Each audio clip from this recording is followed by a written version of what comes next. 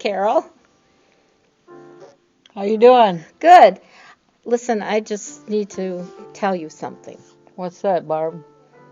Well, I want to thank you for getting me involved in the community here at Emaus. Since I've become a member here, my life has been so good. How so? Well, remember when you hired me for neighborhood camp?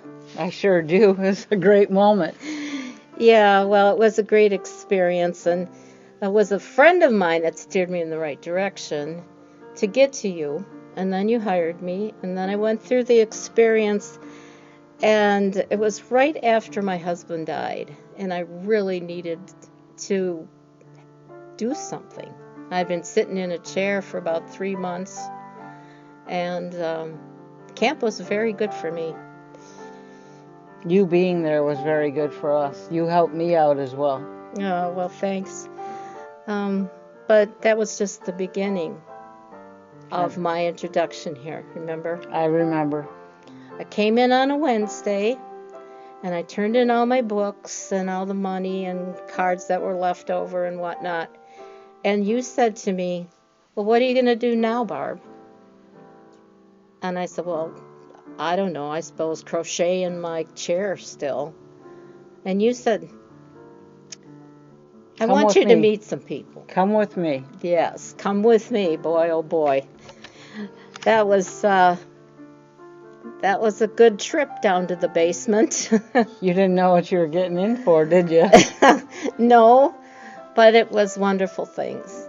The stitchers were meeting that day, and these are the ladies that make the quilts here.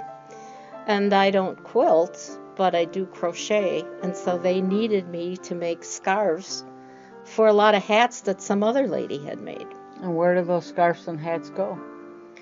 Well, I'm still waiting for the day to see one of them walk down the street, but I've made about 200 pairs, and now I'm making mittens.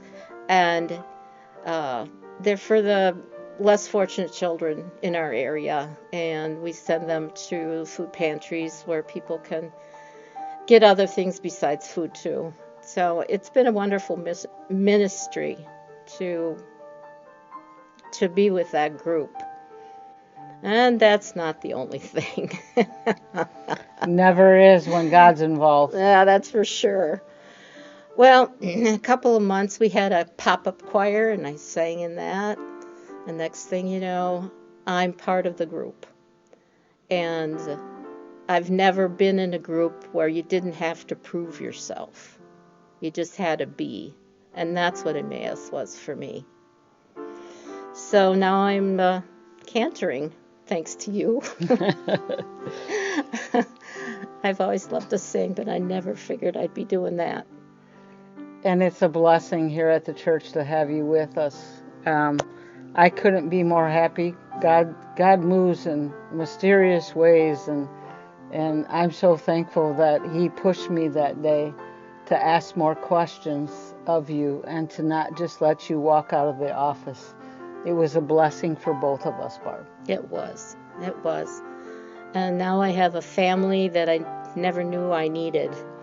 And the last 5 years have opened a lot of things for me. I remember, if I'm correct, that prior to you coming here, you had reservations about the church as a whole. Yes. Well, I had kind of made the circuit of ELCA churches in Racine. And it always seemed like I was good enough when I could do something for them. But when it was reciprocal, it didn't happen. There wasn't anybody from our church that visited us when Ken was sick. And we could have used that. I'm grateful that the Spirit worked, Barb, and that you found a place now in the church and in your life, and that your relationship with God now is everything that you want it to be. And I couldn't feel more blessed to be a part of your life and your journey. And I thank God every day for everything He's done for you and for this church as a community. Thank you. You are very special.